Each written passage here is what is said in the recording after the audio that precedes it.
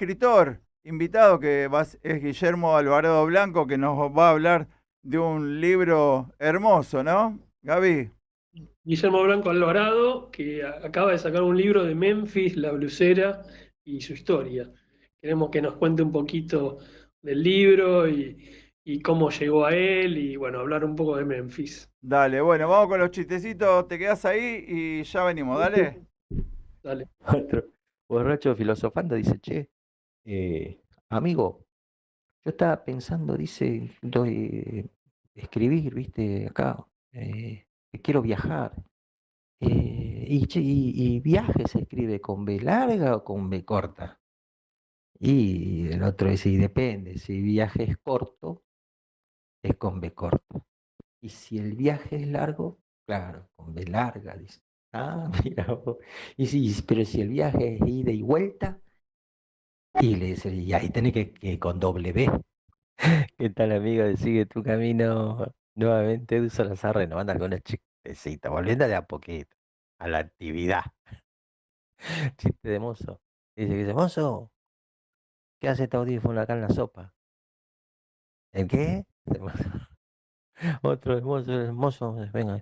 Dice, óyeme, ¿qué significa la mosca acá en la sopa? Y le dice el mozo, mire, yo soy mozo, no soy parapsicólogo. Otro le dice, mozo, venga, el pescado que viene solo. No, no, no, no, lo llevo yo, dice. Otro dice, mozo, venga, venga, escúcheme, este, la, el pollo, ¿cómo lo preparan? No, no, no, le decimos directamente que va a morir.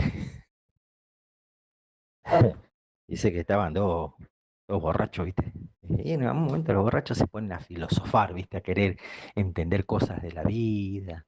Y estaban dos borrachos así mirando, habían dos perros ahí, ¿viste? En la calle, estaban sentados en la vereda. Y dice el tipo borracho, che, mira, habían dos perros ahí y uno le picaban nada. Se rascaba el perro. Dice, mira, ese, por ejemplo, ese perro tiene muchas pulgas, amigo. Y el que está al lado le gruñía porque le asustaba que manoteaba el perro, ¿viste? Las patas se quería sacar y el otro perro claro, ese tiene mucha pulga. Y el otro porque se enoja y no se rasca. Y porque el otro es de pocas pulgas. Y después dice, amigo, che, ¿qué será que piensan las pulgas, no? ¿Qué será, qué pensarán las pulgas? Y yo creo que cuando piensan mirando el universo, decís, che, ¿habrá vida en nuestros perros? Para agregar hoy, le agregamos chiste pueblo chiquito, poca actividad, vuelos, oh, un vuelo cada 3 meses. Y los muchachos que piloteaban ya estaban viejitos, ya uno veía, che, yo no veo, dice, ¿y vos? No, yo tampoco veo, muy poquito. Vos no vamos a decir nada. ¿Vos decís algo? No, vos no, yo tampoco. Claro, había, sale el vuelo, toda la gente sube, todo empieza el vuelo. El avión agarra vuelo, agarra velocidad, y va llegando al final de la pista, y nada, no levanta. Y cuando empieza ya terminando la pista, empieza la gente, ¡ah! La gente a gritar, ¡ah! Y sube, y se sube, y ¿cuál es el otro? El día que no griten, nos hacemos pelotas.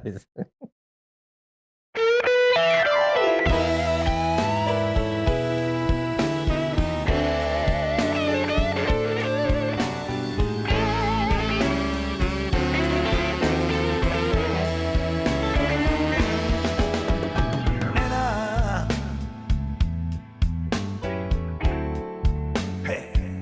me quedo en la cama.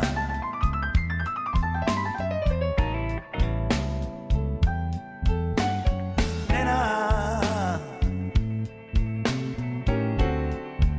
no, no voy a trabajar.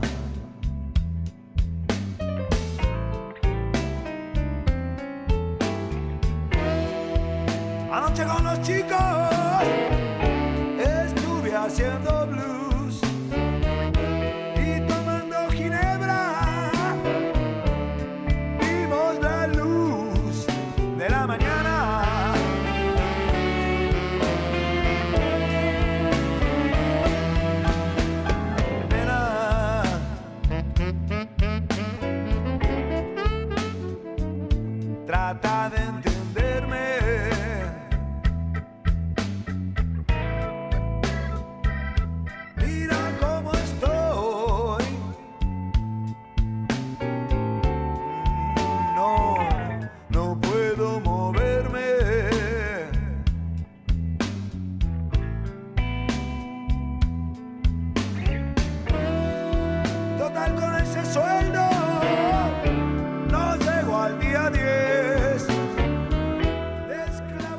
Acá volvimos. Gabito, ¿estás por ahí?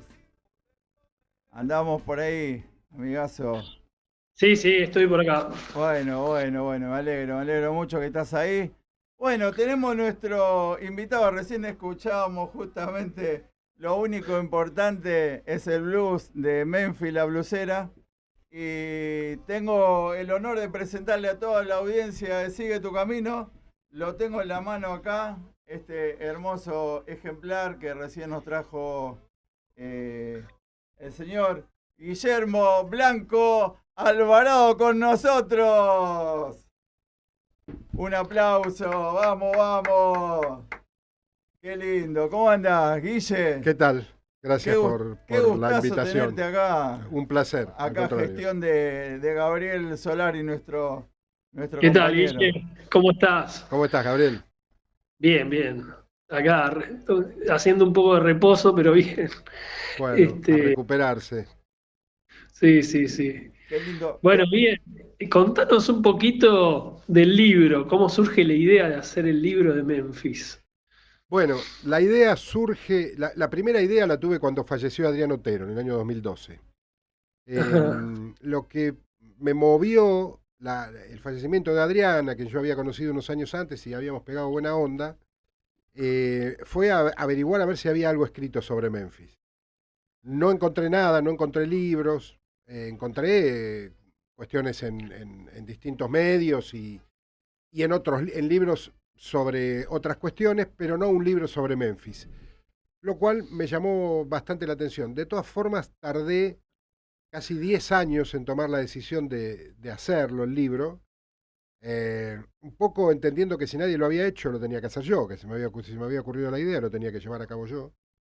Y ahí un poco arranca la cosa. Yo, como te dije, lo había conocido a Adrián en un programa de radio que yo tenía en esa época dedicado al blues y al jazz, no tan distintos. Y había tenido también al Russo Beiserman, a Emilio Villanueva, a Gustavo Villegas, al King Alfano, a Giuseppe Popolo, al actual cantante Martín Luca, a buena parte de los músicos que pasaron por Memphis. Así que empecé a trabajar con esos programas, con esas grabaciones. Y después, bueno, lo contacté a Russo Beiserman, ¿no? El líder actual de la banda, que por supuesto la banda sigue tocando, con otro cantante, con otra formación, pero con el Russo Beiserman como líder, el socio de Adrián Otero, ¿no? El compositor de todas las melodías. Así que hablé con él, le pregunté, confirmé que no había un libro escrito sobre Memphis, hice mi primera entrevista por teléfono con él, después fui a la casa unas cuantas veces, y bueno, así empezó. Ese fue el inicio, digamos, de la idea. Qué lindo arte de ¿Cómo tapa, está el libro? hermoso, la fantástica historia de Memphis la blusera, está el obelisco atrás, Adrián, bueno, con el ruso, aquí la Universal, ¿no? Que siempre nombramos Moscato Pizza Fainano en esas canciones, ¿no? Las luces se encienden en calles corrientes, la gente que viene y que va, salen del cine, ¿no? Todas esas cosas locas que hizo Memphis. Bueno, una de las preguntas que tenemos, ¿crees que Memphis fue la banda que popularizó el blues acá en la Argentina, vos? Sí, habría que hacer algunos asteriscos al respecto, ¿no? Memphis explota en los años 90, aunque ya era una banda que convocaba a mucha gente a fines de los 80, pero explota en los 90 a partir de dos hechos. El primero es la aparición del disco en vivo en el Gran Rex, un disco muy vendido, de hecho era en ese momento el segundo disco más vendido de la historia del rock nacional, detrás de Ruido Blanco de Soda Stereo, y lo fue por muchos años. La verdad que desconozco ahora, porque bueno, ahora no se venden discos, así que no creo que haya cambiado mucho la cosa. Ese disco y el tema Montón de Nada, que empezó a sonar mucho en las radios, fueron el primer espaldarazo. Y después, obviamente, fue salir como cortina en el programa de Marcelo Tinelli, ¿no? Con La Flor Más Bella. Sí, La Flor Más Bella, claro. Eso los llevó a toda Sudamérica, ¿no? A tocar por todo el continente. Y ese boom de Memphis coincide con el boom del blues en la Argentina. El blues se dice siempre que es cíclico, ¿no? Esa fue una época en la que vinieron un montón de músicos norteamericanos a tocar a la Argentina, B.B. King, Albert King, claro. Albert Collins, Taj Mahal, lo que se te ocurra, Buddy Guy, Robert Cray, cantidad de músicos, Coco Taylor. Entonces hubo una explosión del blues. Mucha gente se acercó al blues y entonces con Memphis hubo una especie de retroalimentación, digo yo, ¿no? Ese fenómeno del blues les vino bien a ellos, pero la explosión de Memphis le vino bien al resto de las bandas, porque detrás de la movida de Memphis aparecían un montón de bandas. Así que yo sí creo que es la banda más importante de blues en la Argentina, porque la que podría discutir con Memphis es Papos Blues, que en Claro. realidad no es una banda de blues, es una banda de rock, que tocaba Blues, blues, sí, pero es una banda más rockera. Memphis nace como una banda de blues y boogie woogie, claro. aunque después, bueno, anda por otros géneros también. Debajo de la higuera, como decía, ¿no? Debajo Que de la cantaban ellos. Tal Y ahí cual. nació Memphis la blusera, hacían el cantito, el corito. Tal cual. Es tal increíble. cual. La higuera estaba en el lugar donde ellos ensayaban, que Claro. era una propiedad que tenía Emilio Villanueva enfrente de su casa. Ahí hicieron su primera sala de ensayo y empezaron a ensayar y a trabajar mucho ahí. Así que ahí estaba esa famosa higuera, ¿no? Sí, que tanto mencionaban ellos. Sí. En la Paternal, ¿no? ¿Quedaba Eso eso? es en Paternal, sí. Ahí está, bien, O sea, bien. uno de los 3 barrios que son el eje de Memphis, ¿no? Floresta, Floresta, Paternal y Mataderos. Igual Mataderos. hay otros barrios muy cercanos, como Villaluro, porque la verdad que Claro. Adrián Otero nació en Villaluro, aunque después se fue a vivir a Mataderos y un poco sentía a Mataderos como su barrio, ¿no? Él era nombrado el poeta de Mataderos. Así que esos son un poco los 3 barrios. Floresta por el ruso Beiserman y por la mayoría de los músicos de Memphis, Paternal por Emilio Villanueva y Mataderos por Adrián Otero. Fanático hincha de Vélez, Adrián, ¿eh? No toques a Vélez porque se ponía loco. Sí, iba mucho a la cancha también. Sí, sí. ¿Qué más, Gabito? ¿Qué crees que le aportó Memphis al blues hecho en Argentina? Porque, o sea, pensamos, o sea, en el blues en español, en castellano, mejor dicho, arranca Manal. ¿Y Memphis qué le aporta al blues hecho acá, Bueno, según sí. tu visión? Memphis le aporta en principio un sonido diferente. El blues, ya se tocaba algo de blues en la Argentina cuando surge Memphis, como vos bien decís, Manal, Papos Blues, Pajarito Saburi. Claro. Básicamente era un blues basado en el blues inglés, en bandas como Cream, Fleetwood Mac, John Mayall, pero fundamentalmente Cream, que era un trío, y Manal y Papos Blues eran tríos también, y tenían la influencia de ese tipo de blues. Cuando llega Memphis, le agrega una sonoridad distinta a partir de músicos y de instrumentos que no eran parte hasta ese momento del blues argentino. El saxo de Emilio Villanueva, pero también el órgano Hammond, la guitarra tocada con slide, piano, armónica, aunque eso ya había sonado un poquito, pero esa combinación de muchos instrumentos, casi una mini big band, digo yo, no se había escuchado nunca en la Argentina, tampoco se había escuchado nunca el boogie boogie, Claro. así que fueron absolutamente fundacionales en eso, ¿no? No fue la primera banda, insisto, que hizo blues, pero sí fueron la banda que le dio otro sonido y además toda la impronta de las letras de Adrián, ¿no? Que ahí podríamos tomar un parámetro con Javier Martínez y Manal en lo que es blues urbano, pero Adrián le daba una vuelta de tuerca. Él decía, yo lo cuento esto porque me parece muy Sí, gráfico, sí, ¿no? por supuesto. Él decía que Javier Martínez hacía más descripciones, era más descriptivo. Además de toda esta cosa filosófica que tenía Javier. Pero era más descriptivo y hablaba de barrios, te hablaba de la Avellaneda Blues, estaba en Avenida Rivadavia, hablaba más de paisajes. Y Adrián decía que él hablaba de los muñecos que andaban por esos barrios, ¿no? Entonces tenés ahí mucha mención al tipo común de la calle Corrientes, o de Mataderos, o de Floresta, del empedrado, al estibador, a distintas profesiones. Sí, sí. Y ahí está un poco la diferencia, ¿no? entre la lírica de Adrián Otero y la de Javier Martínez, que sin embargo Adrián reconocía influencias de Javier Martínez, pero marcaba esa diferencia y se nota eso, se ve en la lírica de Otero, que además al igual que Javier, eran grandes poetas, ¿no? De los pocos poetas del rock nacional, de los poquitos poetas que hay en el rock nacional, aunque hay mucha gente que escribe lindas canciones y todo, pero ya para clasificarlos como poetas me parece que no son tantos. Son contados con los dedos de la mano. Sí. Nunca me voy a olvidar una de las canciones para mí, a mí me encanta la canción esa famosa que habla del barrio, ¿no? Que dice volver al barrio, que es distinto volver al barrio en el 5, ¿no? Habla de volvete, ¿sí? Sopa de letras. Sopa de letras. En ese colectivo que no existe más, No existe más. encima, para colmo de Bueno, hay mal, ¿no? muchas cosas de Memphis que no existen más. La Universal no existe más. Claro, la Universal tampoco. Ellos se juntaban en una esquina que es justo ahí donde está la Universal. La Universal estaba un poquito más para mitad de cuadra, que es la de Rivadavia y Olivera. Sí.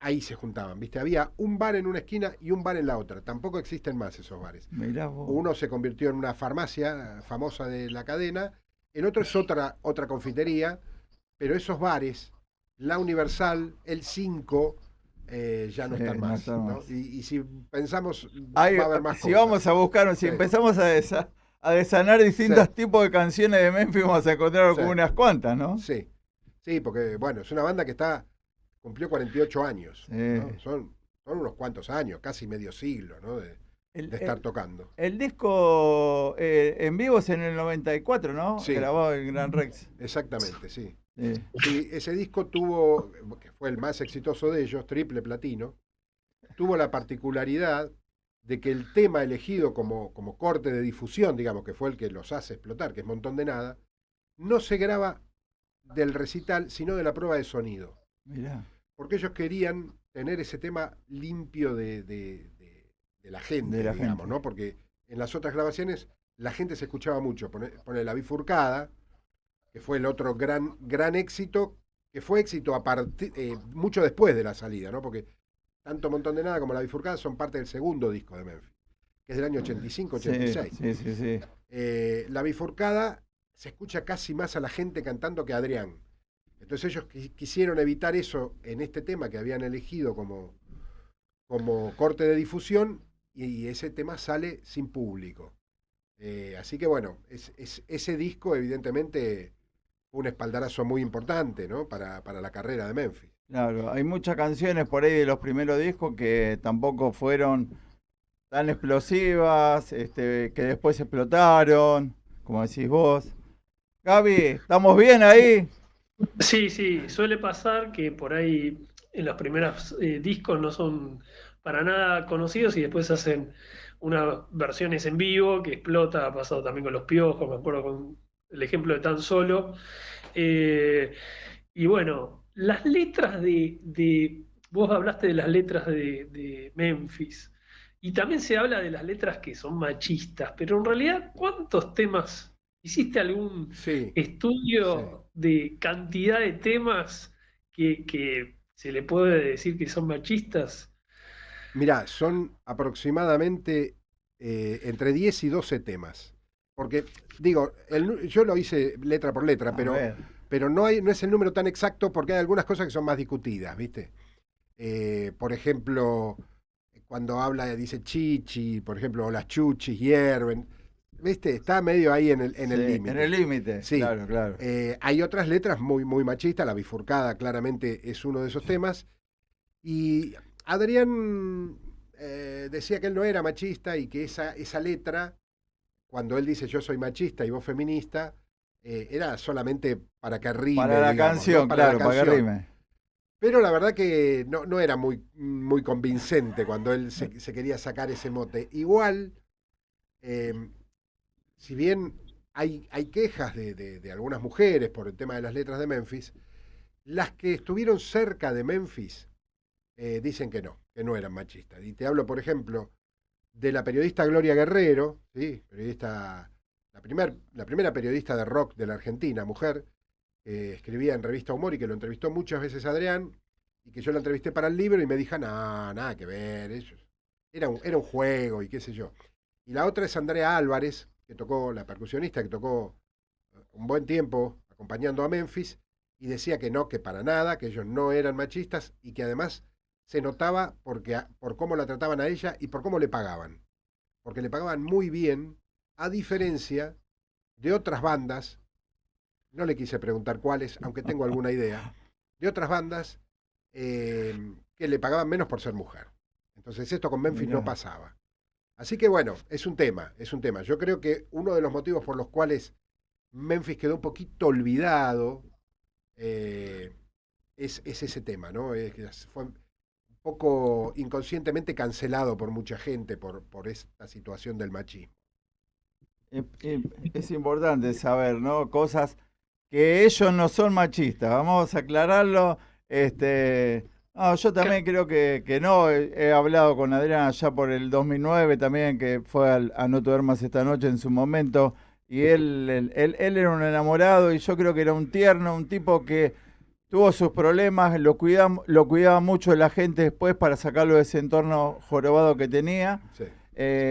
Salió por suerte, nada, y fue una tragedia que nos quedó mal. Creo que en mi vida el 12 de junio fue es uno de los días más tristes de mi vida. Cuando viene el 12 de junio, saber que lo perdimos a él, aparte un tipo extraordinario, sencillo, humilde, charlaba, hablaba. Las personas que lo conocimos realmente sabemos de lo que estamos hablando y se lo extraña mucho. Nunca va a poder ser reemplazado, como digo yo. Me encanta lo que tiene Memphis hoy. Yo adoro a Memphis la blusera. Me encanta que Luca esté ahí con la voz, porque tiene una voz casi idéntica. Es algo de locos, pero vos cerrás los ojos y si está cantando Adriano, no. Sí. Es el Luca. Sí, aparte es la voz de él, no está, es la voz de él. Está imitándolo. No, nunca. Porque uno lo escuchás hablar y te das cuenta, y aparte, bueno, yo lo he visto con su banda anterior. Él tenía una banda que se llamaba La Luca, y yo los vi tocar un montón de veces y él cantaba así, ¿no? Más allá de que también era fan de Memphis. Sí, re fanático. Yo te quiero hacer una pregunta. ¿Cuánto tiempo te llevó el armado del libro? Mirá, desde que empecé a trabajar en el libro hasta que lo publiqué fueron 4 años. La verdad es que el libro, yo te podría decir que estuvo listo casi 2 años antes. En esos 2 años yo tenía la esperanza o la posibilidad de publicarlo a través de una editorial.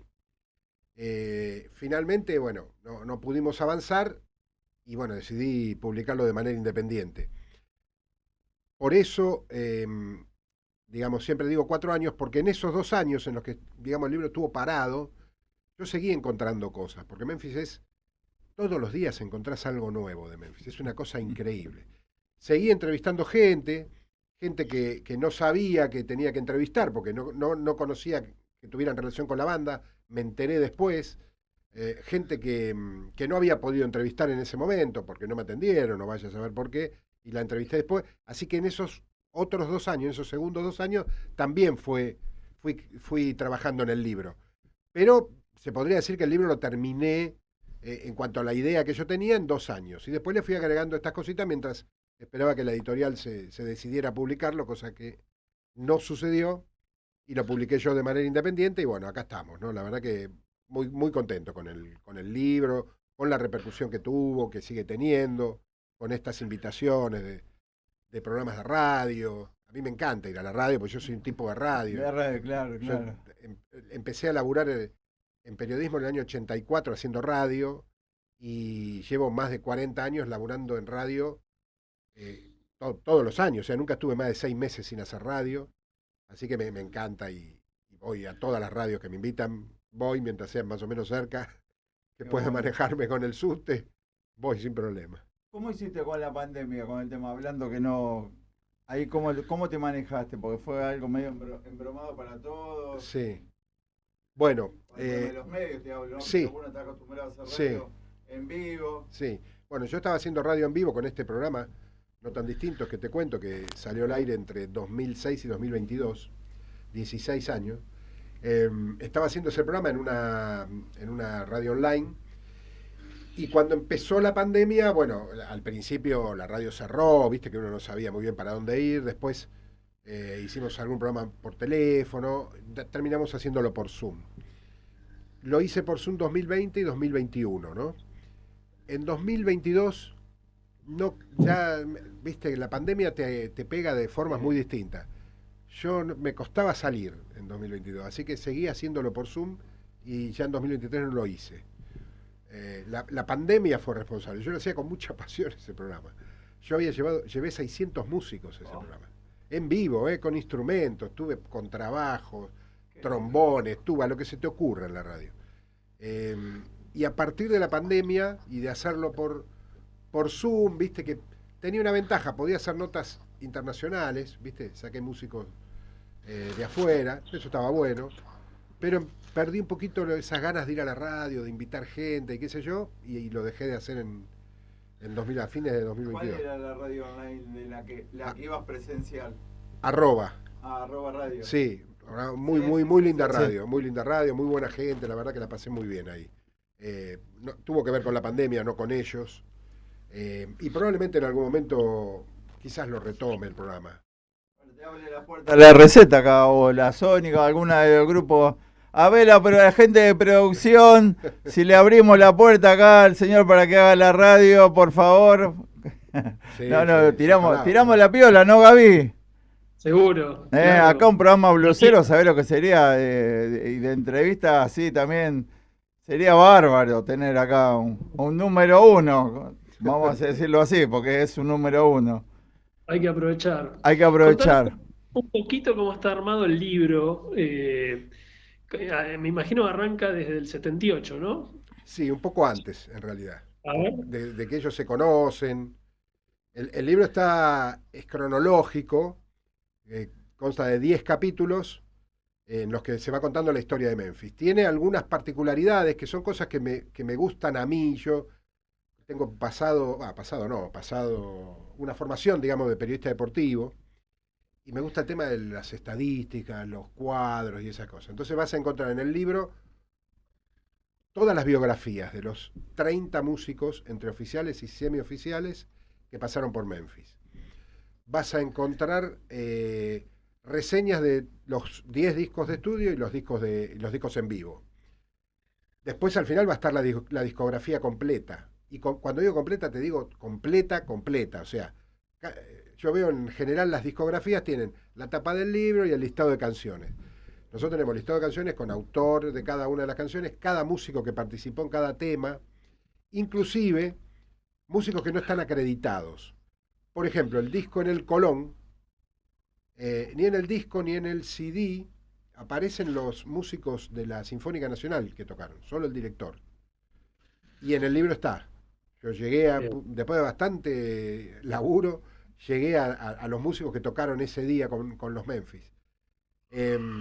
Así que hay mucho de eso en el libro, ¿no? Hay un capítulo entero dedicado a Adrián y un capítulo entero dedicado al ruso Beiserman.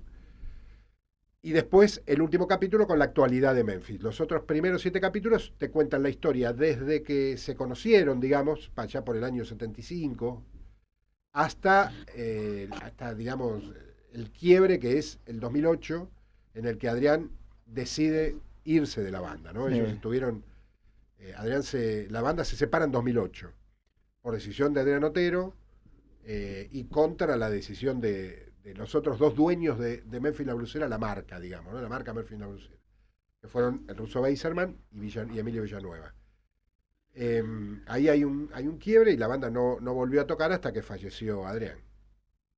Qué increíble, ¿no? Adrián hace su carrera después solista, sacando 2 discos y medio. Bueno, eran 2 porque saca Imán, ¿sí? Allá por el 2008-2009, y después estaba por sacar Jinetes Jinete del Blues, y lamentablemente ahí es donde pierde la vida por el auto que no tenía airbag, por querer agarrar, porque la historia es esa, por querer agarrar un paquete de pucho de la guantera. No estaría tan seguro que fuera esa la historia. Es lo que dicen. Claro. Es lo que dicen. Bueno, ¿no? yo digo que una de las cosas que tiene buenas el libro que cuenta la historia. Adrián Otero tenía muchas historias, muchas leyendas. Inclusive historias que tenían 2 o 3 versiones distintas y todas contadas por él, a distinta gente. Por ejemplo, uso siempre este ejemplo, la de su renguera, viste que él era rengo, era levemente rengo, no era mucho, pero era rengo. Él, cuando le pregunto al hermano por esta historia, cómo quedó rengo, me dice que él estaba en un bar, afuera, en la parte de afuera en un bar, tomando algo con amigos y los atropelló una camioneta. Cuando le pregunto a la que fue la esposa y al hijo, ellos dicen que él le robó la camioneta al padre y él protagonizó el accidente. O sea, hay 2 historias distintas para un montón de las leyendas de Adrián. Y lo que tiene el libro es que te cuenta muchas de estas historias que van desde el día de su nacimiento hasta el día de su muerte. Literalmente en ambos casos. ¿Por qué? Porque el día de su nacimiento no es el que todo el mundo cree. No es el que dice Wikipedia. No tenía la edad que tenía cuando murió, que por ejemplo encontrás en los diarios cuando murió, él se sacaba años. Pará, no. Al principio no lo contaba, ahora ya lo cuento porque... No, ¿en serio? Sí, él se sacaba 7 años. Si vos te fijás, Clarín, La Nación, página 12, Sí, los todo diarios, ese que murió a los 53. Dice. 53. Él tenía 60.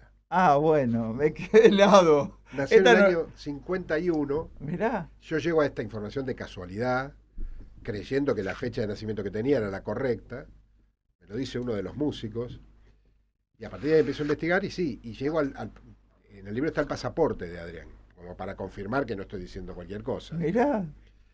Y con respecto al fallecimiento, yo hablé con la persona que iba con él iba con su pareja de ese momento a Córdoba, porque se iban a vivir ahí. Sí. Y ella cuenta otra historia. Ella dice que lo que pasó con el cigarrillo sí sucedió, pero que el accidente no se produjo por eso. Que cuando pasó esta cuestión con el cigarrillo, el auto se le fue de ruta, pero volvieron. Y después el accidente lo tuvo porque ella dice que porque el auto era un auto viejo. Un Sí. Accord, ¿no? Exacto, sí, un Sí. Honda, sí. Era un auto viejo. Y aparte la ruta era nueva y tenía esos desniveles de las rutas recién hechas. Mirá. Y esa combinación fue la que produjo el accidente. Pero claro, ella una sola entrevista había hecho en ese momento y contó la anécdota del cigarrillo y entonces quedó como que ese había sido el motivo del accidente. Pero ella me dice a mí que no es así. Y es la única persona que estaba con Sí, con él. el único Que la quedó- único testigo, que ¿no? La quedó- única y que testigo. quedó vivo. Exactamente. A ella no le pasó nada. Quedó atrapada en el auto, la sacaron, pero no le pasó nada. Qué bárbaro. Así que, fíjate, desde el día que nació hasta el día que se murió, Adrián Otero tiene historias. Historias de lo que se te Miles. ocurra, ¿no? Un viaje por Europa, un casamiento en Francia. Acá vamos a encontrar muchas historias, ¿eh? Vamos a encontrar muchas historias. Lo único importante, Guillermo Blanco Alvarado, estamos charlando la fantástica historia de Memphis la Blusera, una banda que amo todavía, que llevo en mi corazón siempre, porque uno que creció escuchando tantas canciones, Blue de las 6:30, ¿no? Cuando tenés que levantarte, nene, tenés que ir a trabajo y ya te desesperabas. Vos eras adolescente y escuchabas esas canciones cuando uno estaba en la secundaria, ¿no? Y qué sé yo, y tantas cosas más, allá por fines de los 80. Así que bueno, una locura. Gaby, Sí, qué cosa de loco, ¿no? Todo lo que estamos escuchando que nos dice acá Guille. atentamente escuchando toda la data que fue tirando acá Guillermo, veo que es un gran trabajo de investigación. Y una de las cosas que yo también supe cuando falleció es que estaba con el tema de la masonería, ¿no? Algo de eso seguramente está reflejado en el libro. Contanos un poquito. Sí.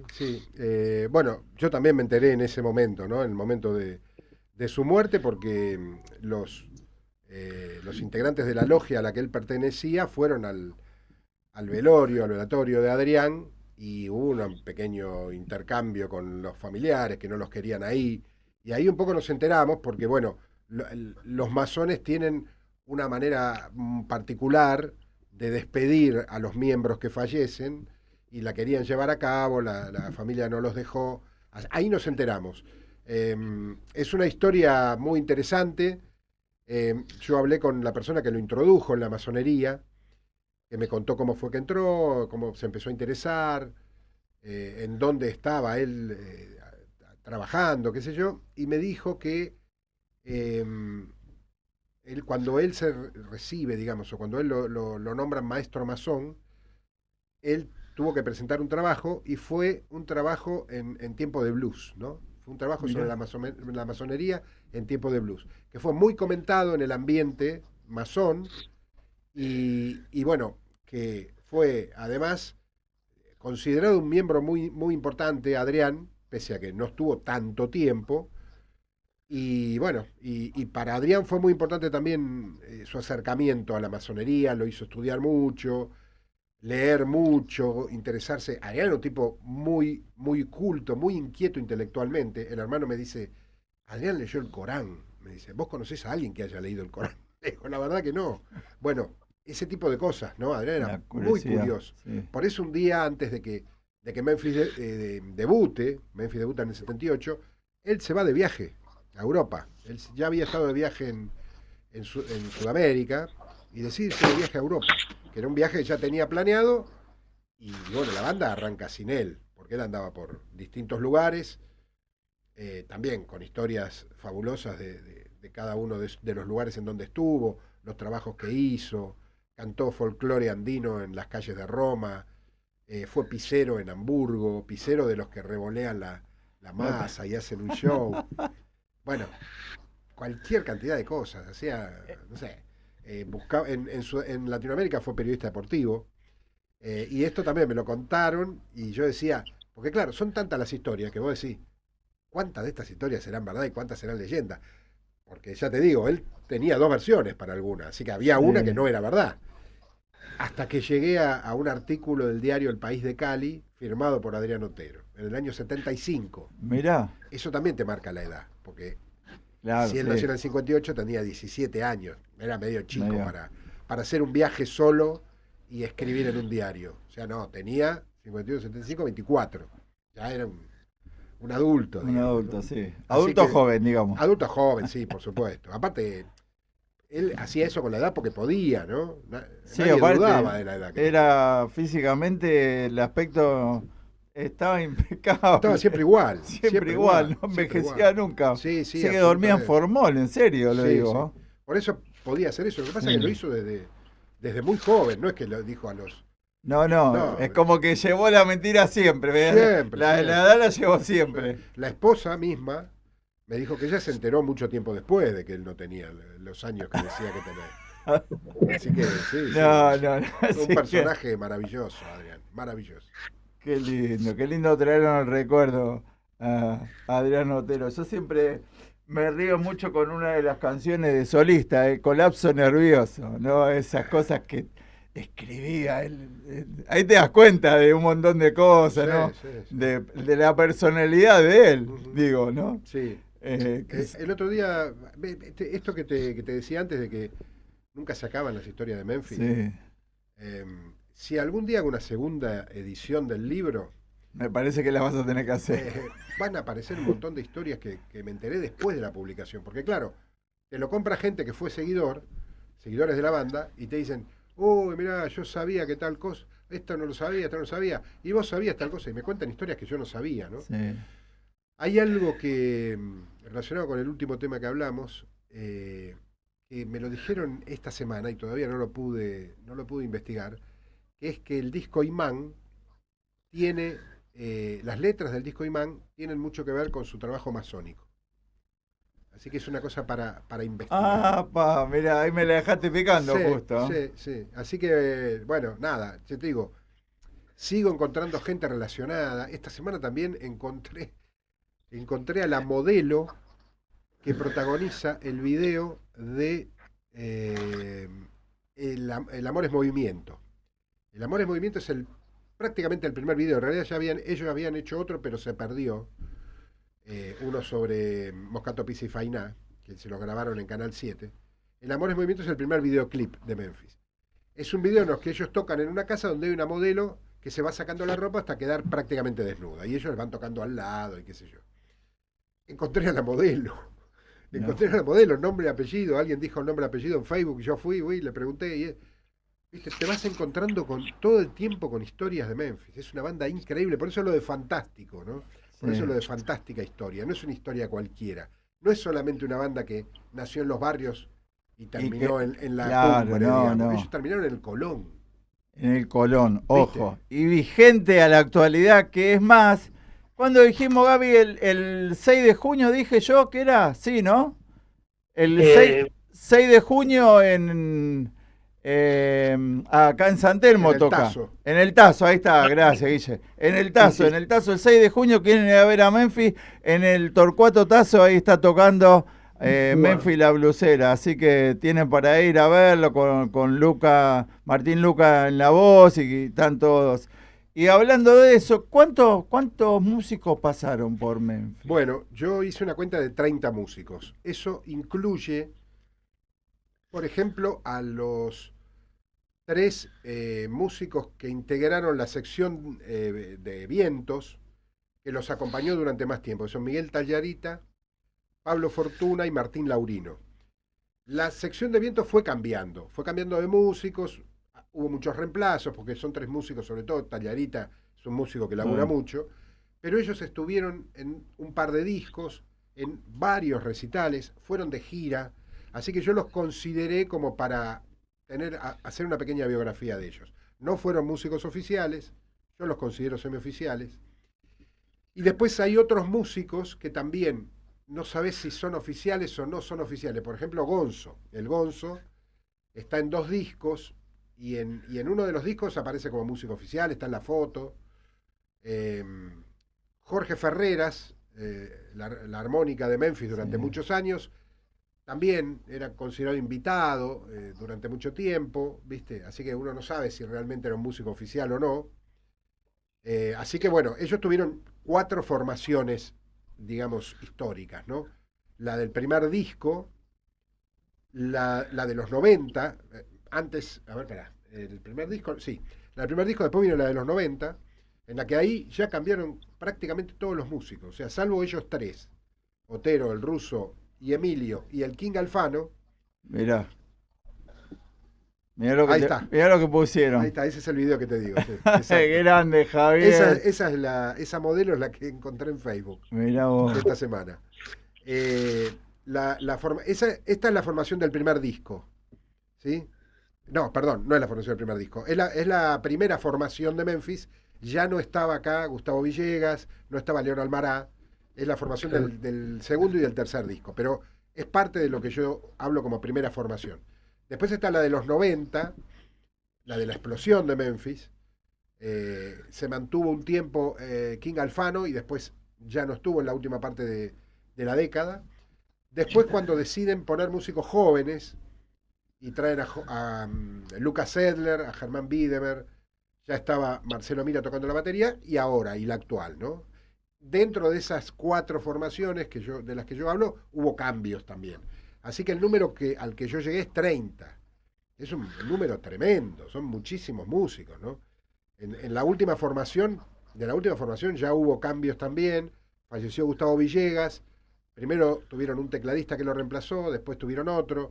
Así que así fueron cambiando de músicos todo el tiempo, manteniéndose siempre Adrián, Emilio y el Ruso, hasta el fallecimiento de Adrián primero y de Emilio después, el mismo año. Y ahora queda el Ruso, ¿no? De los 3 dueños de la marca, digamos. El único que queda con vida es el Ruso Eisenman. Gaby. Y de los históricos está Albertito García en guitarra, ¿no? Claro. También formó parte de la etapa más famosa, digamos. Sí. Me acuerdo en una charla, cuando lo conocía a León Almará, decía que los Redondos, sobre todo Sky y la Negra Poli, iban a los shows a verlo, a él tocar, ¿viste? Porque le gustaba el blues, ¿viste? Y a Sky y a la Negra Poli iban a los shows. No sé creo que se refería a los shows que iría de Memphis, calculo, porque por la época, él me hablaba de la época de Cemento y de todo eso, así que calculo que serían esos shows. ¿Hasta qué año estuvo León Almara? ¿Tenés idea? Mirá, León se va ni bien graban el primer disco. En el año 82, sale en el año 83. León debe haber seguido un poquito tiempo más, 84. Antes de empezar a grabar el segundo disco se fue León y se fue Gustavo Villegas. Cemento creo que es a partir del 85, me parece, Sí. si mal no recuerdo. Pero bueno, o sea, muchos de los músicos, ya te digo, de Los Redondos, el Indio no, pero me decía de los otros iban a verlo a hacer blues, ¿viste? Y a nutrirse un poco de esa música. Guillermo, ¿dónde se puede encontrar tu libro? Bueno, voy a sacar el machete. Ahí está, vamos, Guille. No Vamos, tengo Guille. de memoria, pero algún nombre se me escapó una vez y no quiero quedar mal con nadie. El libro me lo pueden comprar a mí a través de mis redes. Me buscan en internet, en Facebook, en Twitter y en Instagram como Guillermo Blanco Alvarado. Me encuentran fácilmente, me lo pueden comprar directamente a mí. Se puede comprar por Mercado Libre también.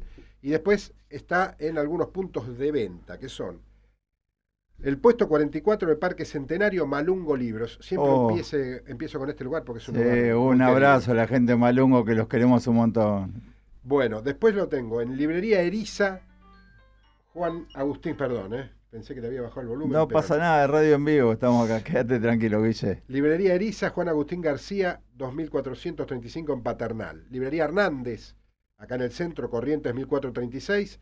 Librería Patria Grande, Rivadavia 6369 en Flores. Librería JB Libros, Andonaegui 3059 en Villa Urquiza. Y en 2 disquerías, Tempo, Jorge Luis Borges 1666 en Plaza Serrano. Y RGS Music, Corrientes y Escalabrini Ortiz, Corrientes 5233 en Villa Crespo. Así que esos son los puntos de venta, son 7 más Mercado Libre y a mí directamente en las redes. Tendríamos que hablar con la gente de Cactus Disco para que deje un par de libros ahí para vender a la gente de Cactus. Darío, Mabel, Cactus Disco, Uruguay 290, el libro de Memphis a la venta, ahí tenés que ir, Guille, en serio, de parte de nosotros vas claro, y claro. ahí hablas con ellos y vas a ser bienvenido. Sí. Te digo porque te lo recomiendo porque ahí también es un lugar Conozco la disquería, sí. mucha gente transita y Sí. grandes amigos ahí. Sí. Gaby, qué lujo, qué lujo. La verdad que sí. Muchas gracias, Guille, por acercarte a la radio y brindarnos todos estos minutos de entrevista. Te agradezco, la verdad que Memphis es una de las bandas, si entras a analizar un poco la movida en Argentina, yo creo que la Mississippi, Papo y Memphis son las bandas que se han inspirado a gran parte de la movida que vino después del blues en las provincias, en las distintas regiones. Y Memphis, como bien vos decías, es la más numerosa dentro de ese estilo del blues, en la cantidad de músicos, instrumentos, los caños y todo. Así que es un pilar importante de la movida. Muchas gracias por tu tiempo y haberte tenido en el programa, Guille. Gracias, Gabriel. Bueno, Gracias, Gabriel. en un momento, personalmente, sin peste de por medio. Bueno, Ya lo vamos a volver a invitar, acá a la radio. Este invierno está dejando secuelas en todos lados. Sí. Así que, Guille, la verdad que un verdadero honor tenerte. Nada, acá las puertas abiertas de la radio, sigue tu camino, el programa, agradecido. Vamos a difundir tu libro, vamos a estar siempre ahí al pie del cañón para que la gente lo compre, lo lea, porque es una interesante historia de esta gran banda Memphis la Blusera, la que nació allá en septiembre bajo una higuera. En serio, busquen el libro, lo único importante de Guillermo Blanco Alvarado. Tenemos que vender, vendemos y volvemos. Aquí, así de tu camino. Gracias, Guille. Gracias.